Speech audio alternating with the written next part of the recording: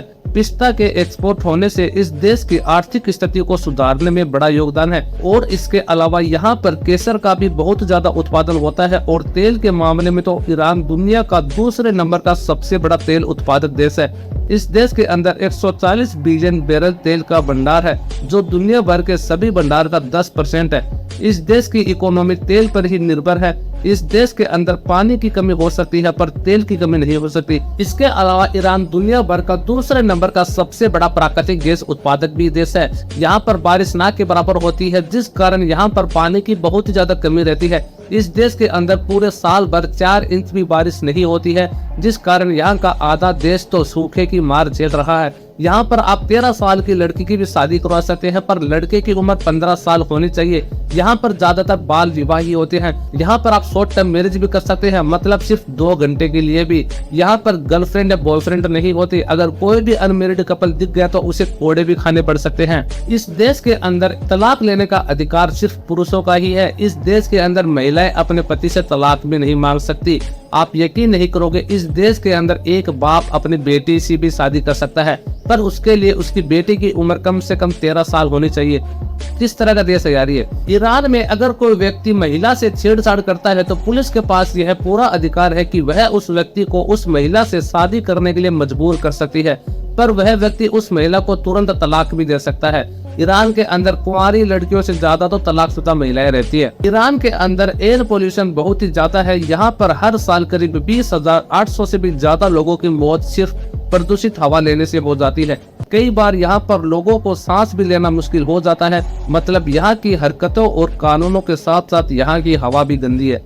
Asia का सबसे बड़ा ज्वालामुखी ईरान के अंदर ही है। ईरान को पहले पर्सिया कहा जाता था। अगर हम ईरान के इतिहास के बारे में बात करो तो दुनिया की सबसे पुरानी सभ्यताओं में से ईरान की सभ्यता सबसे ज्यादा पुरानी है। मतलब दुनिया का सबसे पुराना इतिहास इसी देश का है। यहाँ पर बूढ़े लोग सबसे कम है। यह एक नौजवानों का देश है। ईरान के अंदर इस्लाम 7वीं सदी में आया था। इससे पहले ईरान में जरदोश्त के धर्म के अनुयायी रहते थे। ईरान शिया इस्लाम का केंद्र माना जाता है। जिन लोगों ने इस्लाम मानने से मना कर दिया था उन पर भी बहुत जुल्म किए गए थे, जिनमें कुछ लोग ईरान से भागकर भारत के गुजरात के तट पर आ गए थे, जो आज भी वहां पर रहते हैं, जिन्हें पारसी कहते हैं। दुनिया में सबसे ज्यादा कालीन एक्सपोर्ट ईरान ही करता है। यहाँ पर एक से बढ़कर एक खूबसूरत कालीन मिलते हैं। यहाँ पर कालीन की बहुत ही अहमियत है। यहाँ पर आपको हर घर के अंदर बहुत ही सुंदर सुंदर कालीन देखने को मिल जाएंगे। कालीन को लेकर इस देश का गिनीज बुक ऑफ वर्ल्ड के अंदर नाम भी है, क्योंकि 60,000 स्क्वायर फीट लंबी हाथ से बनी कालीन इसी देश के अंदर बनाई गई थी। यहाँ पर ज्यादातर लोग सुंदर दिखने के लिए अपने नाक की सर्जरी करवाते हैं। ऐसे तोते की तरह लंबी नाक करवा लेते हैं अपनी नाक को। ईरान के संबंध भारत के साथ बहुत ही अच्छे हैं। ईरान के अंदर आज के टाइम भी सैटेलाइट टीवी पूरी तरह से बैन है। इस देश के अंदर आप अपनी मर्जी का टीवी चैनल भी नहीं देख सकते, बिल्कुल नॉर्थ कोरिया की तरह। यहाँ पर आपको फेसबुक, इंस्टाग्राम, यूट्यूब, ट्विटर, बाकी सभी तरह के सोशल मीडिया प्लेटफॉर्म नहीं मिलेंगे, क्योंकि वो पूरी तरह से बैन है। क्योंकि इनकी सरकार को ऐसा लगता है कि इससे हमारे बच्चे बिगड़ जाएंगे। यहाँ पर आपको ना ही अमेज़न टीवी, हॉटस्टार और नेटफ्लिक्स मिलेगा, वो भी पूरी तरह बैन है। क्योंकि यहाँ की सरकार को लगता है कि अगर लोग सोशल मीडिया यूज करने लग जाएंगे तो देश के अंदर दंगे हो जाएंगे। इस देश के अंदर शराब पूरी तरह से बैन है, पर शराबियों के लिए मजे की बात यह है कि यहाँ पर शराब 2 नंबर में खूब बिकती है। ईरान की सरकार ने साफ साफ कह रखा है कि कोई भी शराब को हाथ नहीं लगाएगा, पर इसी शराब से यह देश हर साल करीब $300 मिलियन कमाते हैं। यहाँ पर पुरुष गलती से भी हाफ पैंट नहीं पहन सकता। अगर कोई भी हाफ पैंट में दिख गया तो उसे जेल की हवा खानी पड़ सकती है। वहीं लड़कियों के लिए अगर उसकी उम्र 9 साल से ज्यादा है तो बिना हिजाब पहने वो अपने घर से बाहर भी नहीं जा सकती। ईरान के अंदर 93% लोग पढ़े लिखे हैं, मतलब यह एक अच्छा पढ़ा लिखा देश है। पर ये कौन सी किताबें पढ़ते हैं, क्योंकि इनकी हरकतें और कानून तो बिल्कुल अनपढ़ वाला है। ईरान के अंदर जब भी आप किसी रिश्तेदार के घर जाओगे तो फूलों का गुलदस्ता लेकर जरूर जाना, क्योंकि अगर आप फूलों का गुलदस्ता लेकर नहीं गए तो वो रिश्तेदार आपसे नाराज भी हो सकता है। ईरान के लोगों की एक बात बहुत ही अच्छी है कि ये लोग बहुत ही ज्यादा हंसमुख और फ्रेंडली नेचर के होते हैं।